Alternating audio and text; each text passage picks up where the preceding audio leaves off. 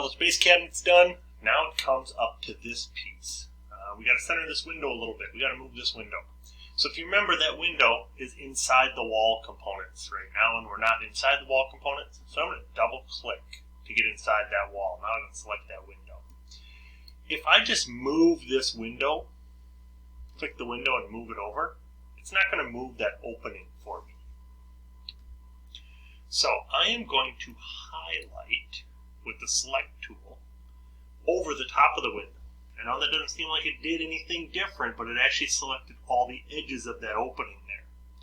And now I'm going to move it over. And mine is being a little bit fussy right now. It only wants me to move up or down. It doesn't like me to move left and right. So I'm going to hit the right arrow key so it'll allow me to move left and right. But see how it's making all those weird corners? Well, we're going to fix that in a second too. So I'm going to line it up with the center of that piece, or that cabinet.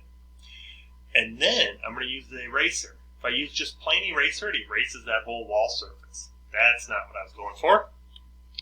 Backspace that out. Hold down the Shift key.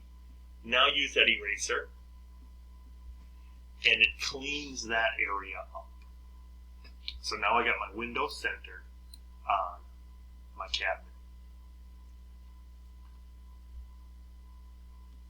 Next, we're ready to put upper cabinets in.